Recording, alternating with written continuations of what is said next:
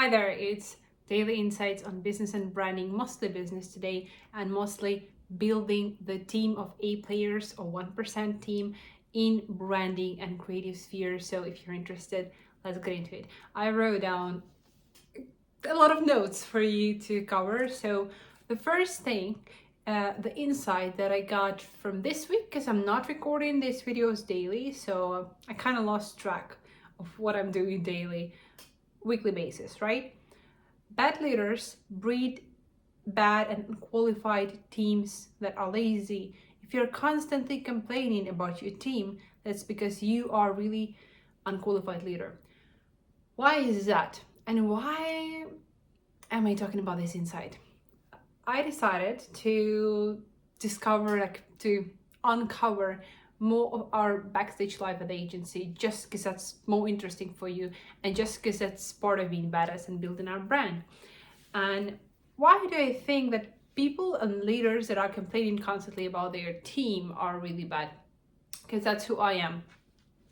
I am learning to be a leader, and I am doing a lot of mistakes on my way.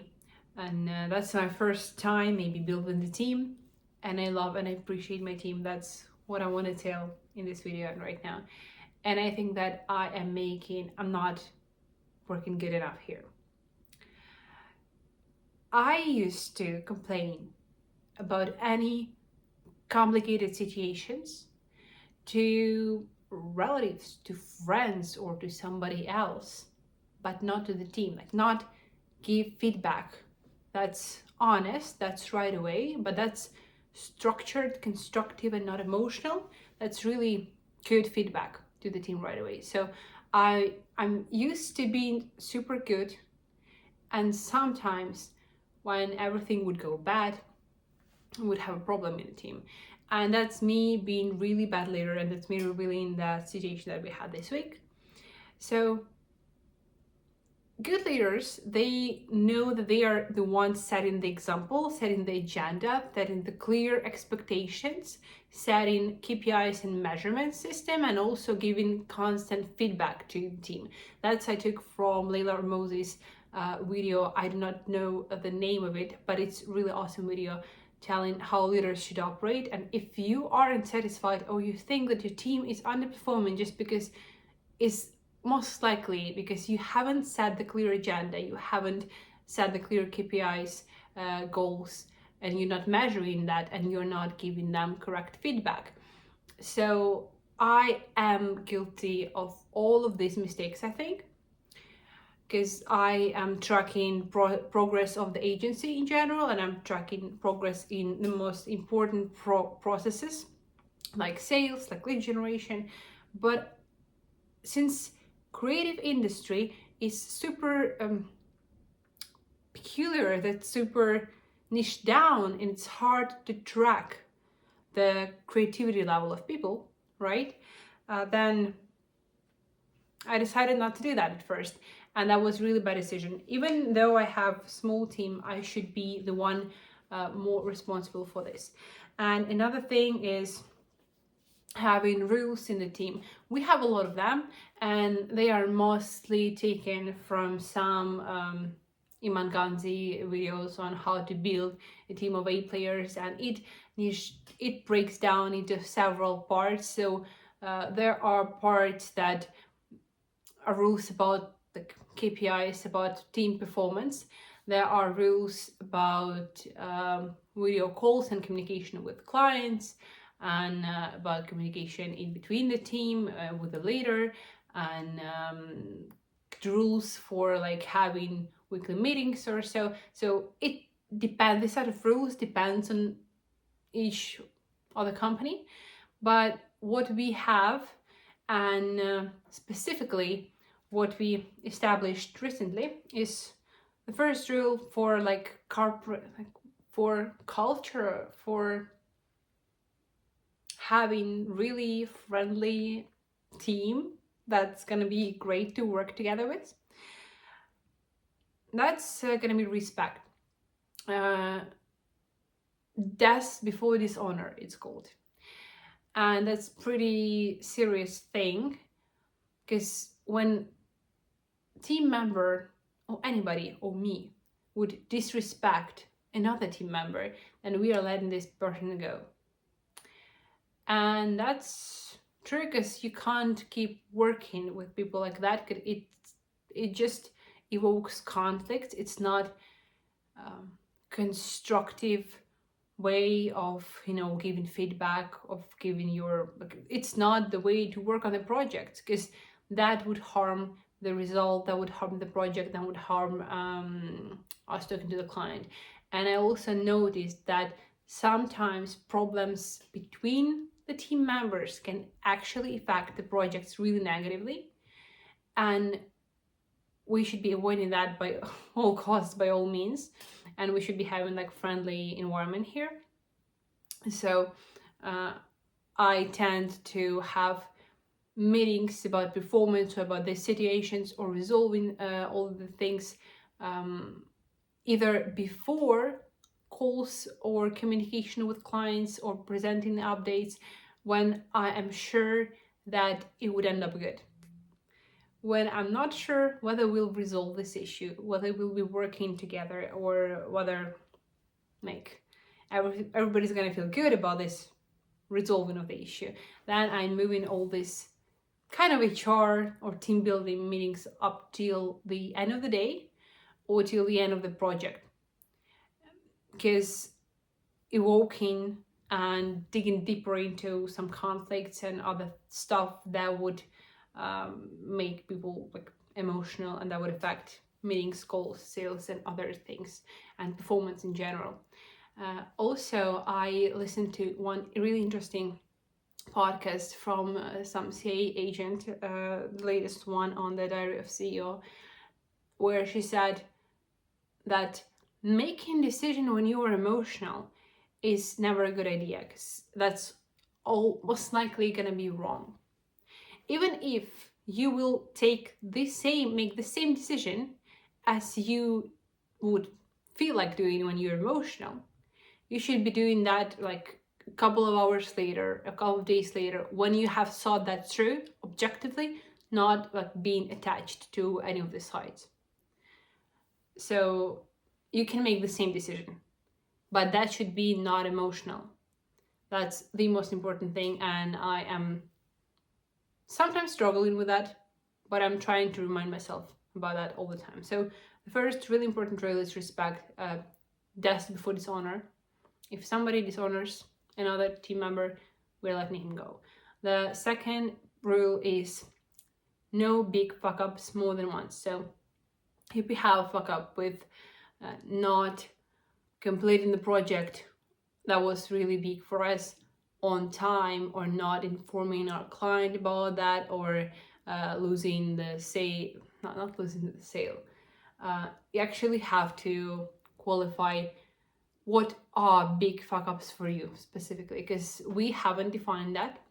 I'm on my way of doing that. It's Saturday and I'm doing analysis for the team. That's why I'm recording this video, because we had a situationship this week and I did not know whether that was a big fuck up or not. Now I see clearly that it was not. But at the moment, when you are not thinking, when I as a leader sometimes might get humane and let my human nature like get above and be emotional, I look at these rules and I do not understand them, because I don't know whether this fuck up is big, or we can talk that through that and we can move on. Because if that fuck up is big and I'm just being like soft leader, not being able to respect the rules, to follow the rules, to be tough at the moments when I should be tough, then I wanted to say some bad word, but I'm really, how to put it, like tiny little girl that's not gonna run the business. But what if this fuck up is actually objectively not that big? You don't see that in the situation. So for situations that are uncontrolled, that are emotional, where you do not know who is right here or wrong, you should have rules like law. in place just to think objectively. And these are the two things that we are having on our agenda about rules, because I have a lot of them. We just covered two. Then the third thing is be a cheerleader for the team. What I also struggle with on the calls and with while we're talking to the client. So I am present on all the calls. I'm not always doing the presentation, or I think I'm the one who is allowed to turn off the camera and just be present on the meeting, just to be to understand what's going on. So team knows that I'm always there and I am involved, and I'm not just going anywhere, just eating some desserts and chilling out. I am here with them, and I'm here with them with the project. But the thing is, sometimes presentations might go good, and they sometimes might go wrong. Sometimes client is right when he is criticizing the work, and sometimes clients can be rude, and we have all kinds of clients, right? And it's really interesting how I, as a leader, should be cheerleader for the team, should be really supporting them and praising them, and really be together with the team on calls with a client. And if we even have problems in between us, we can resolve that later, or we can criticize each other later inside of the team. It's really important to be presented as one unit. I'm not saying that I'm criticizing anybody or we have arguments in front of clients. Of course not, that's unacceptable. That's just unacceptable.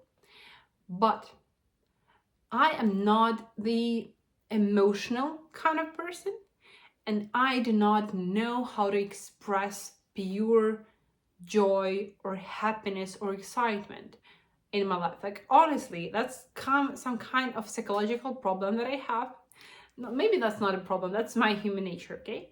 So when I'm getting really huge win or sale, or like I would win Grammy, I don't know, something would huge happen to me, I wouldn't show that on my face. I would maybe smile. I would be like, like, you know, Angela from the office, she's so restricting her emotions that she's like, that's the maximum emotion that you would get. So to show with my words and to be cheerleader for the team, and to show, hey, this work is really exciting, look at that, that's awesome. It looks so unnatural and fake to me that it ends up with me sitting on the calls with some bitch face and not supporting the team.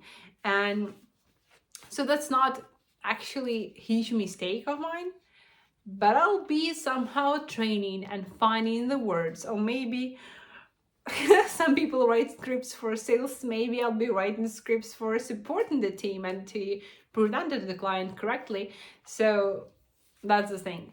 And also about calls and the team, we always record all the calls with all the clients, whether it's sales or some presentations or whatever that we have, just to track how we talk, what's our tone, how cheerful we are, how joyful we are, how serious, how involved are we in the conversation or in the call in general, whether we are distracted, what we can improve, what have we skipped to talk through with the client, how client is feeling, how he looks at us, whether we notice all the details and listen carefully to him and understand everything that he says.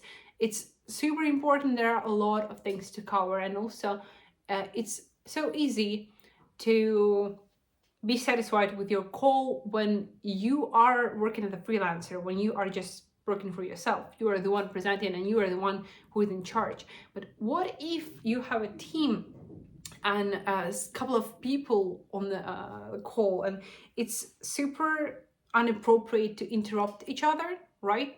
To correct each other. And I am trying so hard to avoid that. To first set the clear, what I have to do, because we talked through the expectations on how we should be doing calls, but I haven't wrote them down like point by point. you actually had, just to forget about it. Okay, so I should have clear expectation from team member on how to do the calls, and I should just shut up and do not interrupt or say a thing on the call, which is sometimes hard to do because I see when client is asking a question and I know there is more to that like question and there is really clear answer to that, and I do not know. In some luxurious restaurants, they pass notes, the servants, they pass notes one to another, just not to talk and not to just to support each other, to help them out with information, with answer, to tell them what dish to serve each client. And I would love to serve some notes to somebody, or I don't know, text something in the chat, just so that I wouldn't be interrupting anybody and I would be actually directing or navigating the call in the right way. And the last one here, we are here for progress, not for perfection. It's interesting because when I called my agency premium, I set really high standard of being perfect, of being ideal. But when we are looking at the situation with whole honesty, I know that I'm a great designer. I haven't been on the job market, so I do not know whether I'm upper middle or senior, because I'd like to say senior. And let's say I'm senior, I don't know, with all my experience. I'm sure that I know how to do design well. Like, I know what clients expect from me. And it's no longer for me the issue to see whether this design is 100% here and that's wow, or it's not. I don't know how I got here, but I really know when I did something great, I see that and I know that, hey, they are gonna like it for sure. Then if I'm not looking at the design and I know, or brand or logo or whatever, and I know that it's not 100%, that's what the client will say. Honestly, I can predict that somehow. So sometimes when I had not enough time, or when we are in a hurry, and sometimes when I'm presenting this sloppy work and client criticize that, I know that it's sloppy. Like, I knew that beforehand, and I'm not attaching any like my self-esteem or anything to that work. I know that it's bad, like it happens. I know like how I can do better here. I know how to correct that, and that's all that matters, right? That's saying about the professionalism here. But when we are building the agency and we are building the team, it's super interesting because we are all at different levels. And at the moment, I'm actually searching for new designer.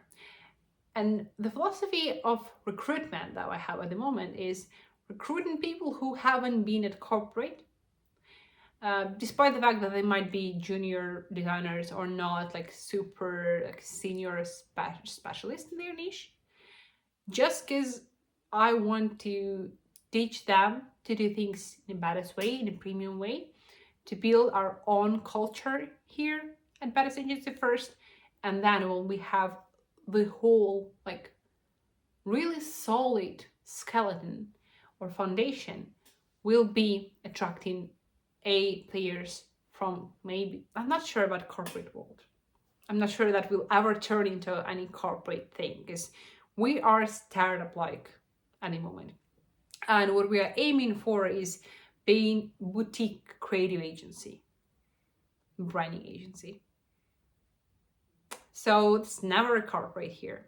It's always about creative, but full stack. And the thing is that we have designers really on different levels, working on with different projects right now. Some of them are like training, and we are working a lot on improving. And sometimes we expect perfection, but what matters is just having progress. If you doing better than you did yesterday, it's awesome. It's such a basic thing to do, but it's true. If you yesterday were 5 out of 10, Today you're 6 out of 10. It's awesome. You're still not 10, but you are moving there, and that's the thing to be happy about. That's like with my videos. Because sometimes I'm just on fire. Some days I don't have the light. I do not have the script. I don't know what I'm saying here. I don't have any emotions or motivation to speak to you because I'm so exhausted that I don't even have emotions on my face anymore.